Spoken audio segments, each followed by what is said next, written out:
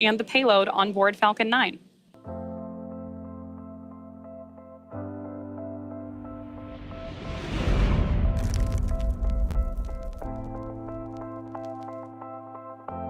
Hispasat is giving a new boost to its satellite fleet with the Amazonas Nexus. This new satellite will offer state-of-the-art telecommunications solutions in the Ku-HTS band, all across the Americas, the North and South Atlantic corridor, and Greenland. The Amazonas Nexus is designed to provide high-capacity connectivity services in aerial and maritime mobility environments. The satellite will also offer broadband services in remote areas, wherever you are. The satellite also incorporates a payload focused on secure communications, demanded by governmental and defense sectors. The Amazonas Nexus features a digital transparent processor to increase its geographic flexibility and to adapt to market demands while in orbit. Manufactured by Thales Alenia Space on a Spacebus NEO platform, the Amazonas Nexus will be located in the 61-degree west orbital position and will replace and expand the capacities of the Amazonas 2 satellite. Its advanced design, HTS capacity and versatility make the Amazonas Nexus the most efficient satellite in Hispasat's fleet.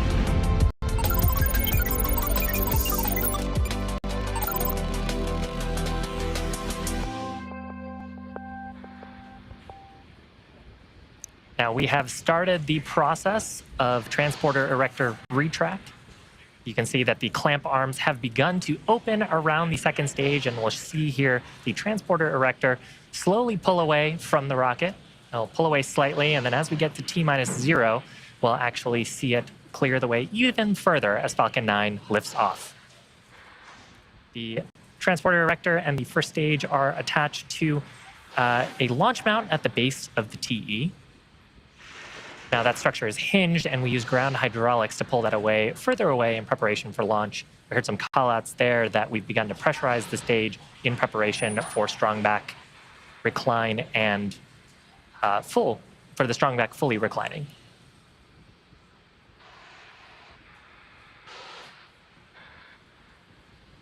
We're about 20 seconds away from our next major milestone. That'll be liquid oxygen loading complete on the first stage, followed around the T-2 minute mark by a similar call out on the second stage.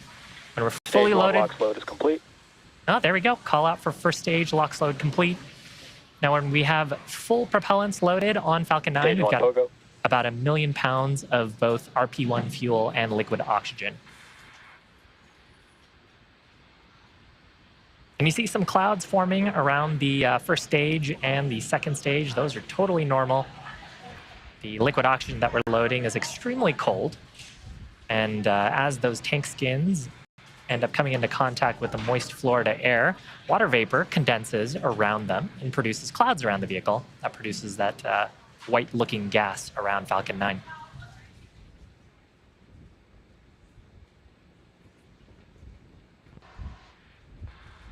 So coming up, next major milestone will be liquid oxygen loading complete on the second stage. Following that, we will clear the lines in the transporter erector leading to the stages. Just clearing out the propellants in those lines in preparation for liftoff. And then around T-minus 60 seconds, we'll transition into startup.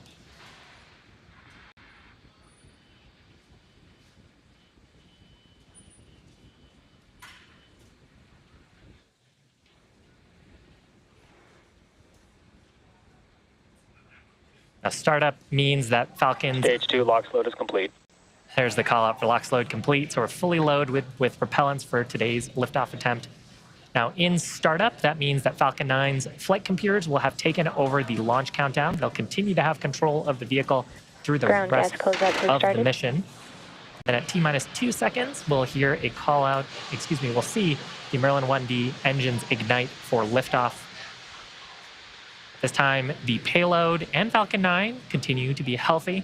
We're tracking no issues with the vehicle, and both the weather and range are looking green for today's launch opportunity just about a minute from now.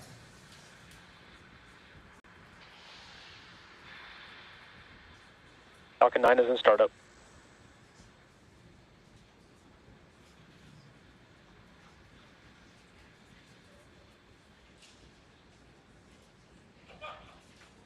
SpaceX LD, go for launch. So with the launch director's final go for launch, Falcon 9 is in startup. All systems go for today's launch attempt. We're going to watch as Falcon 9 takes Amazonas Nexus to orbit. 30 seconds.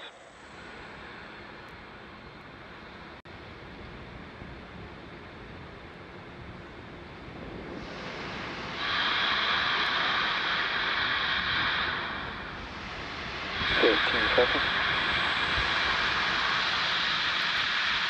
10, 9, 8, 7, 6, 5, 4, 3, 2, 1.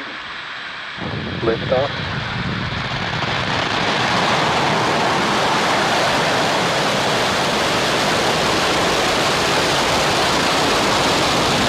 Stage 1 propulsion is nominal.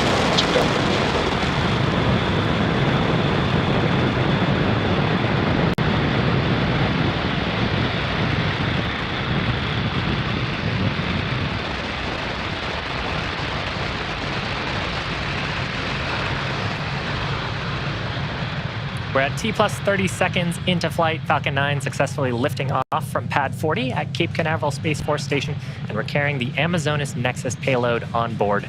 Now we've begun tilting the engine, that's called gimbaling, and we've begun to turn the rocket horizontally away from power the and telemetry pad. nominal. That is called a gravity turn. And we're still going up, but we're also heading away horizontally from the launch pad. We just throttled down the Merlin 1D engines in preparation for our next event. That's the point of maximum aerodynamic pressure on the vehicle, point of highest stresses during ascent.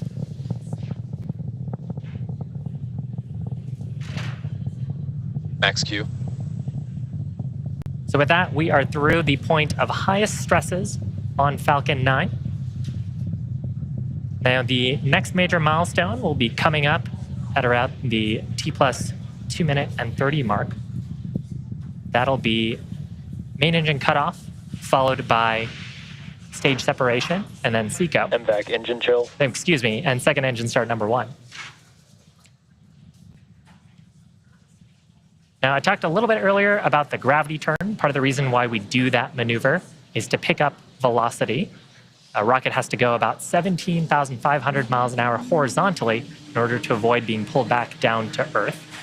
And that's why these next 3 events are pretty important. MECO is where we shut down all 9 of the Merlin 1D engines in preparation for stage separation. That's where the first and second stages will separate. And then we'll start up that Merlin vacuum engine on the second stage for second engine start number 1. It's ultimately the Merlin vacuum and the second stage that will carry the Amazonas Nexus satellite into orbit around our planet. So again, those 3 events coming up in just under 10 seconds.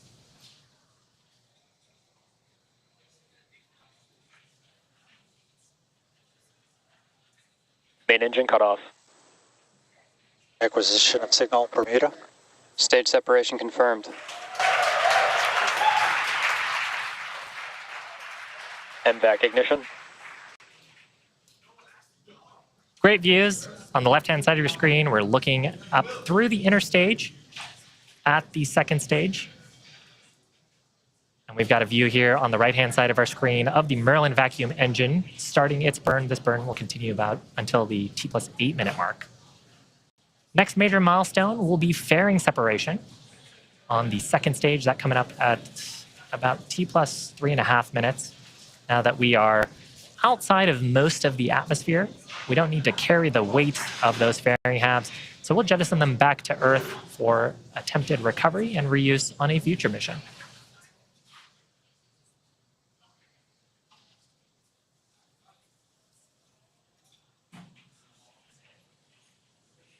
Fairing separation confirmed. Great views from the top of the second stage. You can see that the fairings have separated. Once again, we'll be attempting to recover these fairing halves for use on a future mission with a recovery vessel named Bob.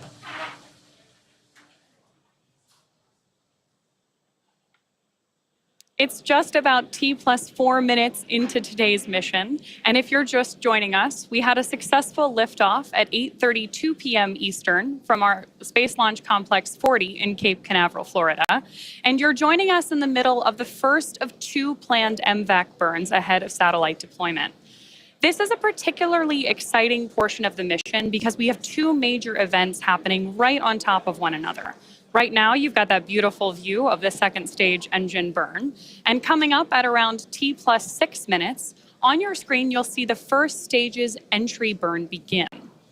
For the entry burn, we will relight 3 of the Merlin M1D engines on board the first stage, starting with the center E9 engine and followed shortly after that by the E1 and E5 engines, which collectively work to slow down the vehicle as it passes back into the Earth's atmosphere.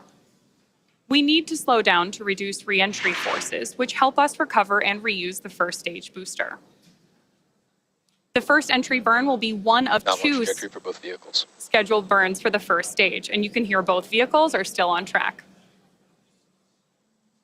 During the entry burn, Falcon 9 is decelerating by firing those Merlin engines, but we're still moving really fast.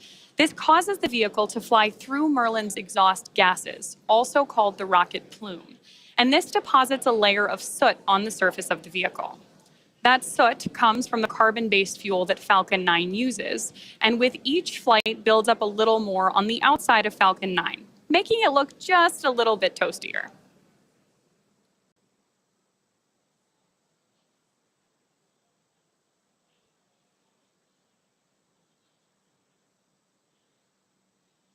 In the bottom of your screen, you can see that Falcon 9 is still picking up speed and continuing to climb on its way to space.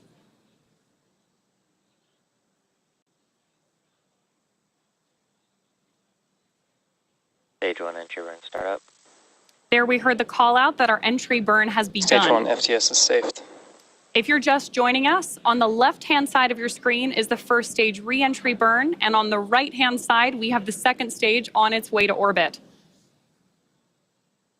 We expect this entry burn to last just about another 10 seconds.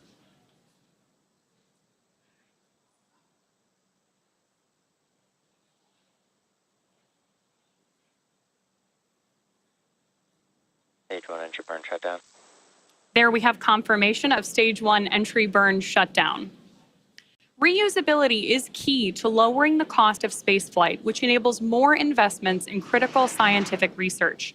The Falcon 9 first stage on your screen that is supporting today's mission is about to perform its final entry burn for the 6th time, previously having supported SES-22, iSpace's HAKUTO-R Mission 1, and 3 Starlink missions. Today's landing target is our drone ship, Just Read the Instructions, which is positioned in the Atlantic Ocean about 325 nautical miles off the coast of Florida. The Merlin engines on board both the first and second stage are actually quite similar, but they are optimized differently. The Merlins on stage 1 are optimized for sea level. These achieve approximately 190,000 pounds of thrust during both ascent and descent. Fun fact, at liftoff, Falcon 9's first stage has thrust greater than 5 747 airplanes at full power and is consuming approximately 700 gallons of fuel per second. By contrast, the MVAC engine is optimized for approximately 220,000 pounds of thrust in vacuum. Stage 2 FTS is saved. Which is, of course, the vacuum of space. Stage 1 landing burn. See that stage 1 landing burn has begun, and in just a couple of seconds here, we will shut down the MVAC engine on our second stage. MVAC shut down. There you have it.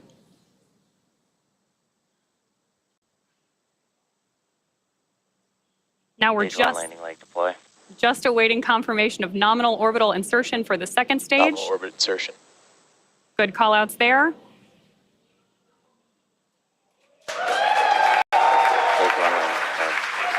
And hopefully you heard it through the cheers in the Expected background. loss of signal, Cape Canaveral. That landing marks SpaceX's 170th recovery of an orbital class rocket, including first stage landings for both Falcon 9 and Falcon Heavy. Of course, the mission isn't over yet. The second stage is now embarking on its first coast phase. After the coast phase, we will light the MVAC engine for a second time at around T plus 26 minutes. We'll see you back here before then. In the meantime, enjoy the space tunes.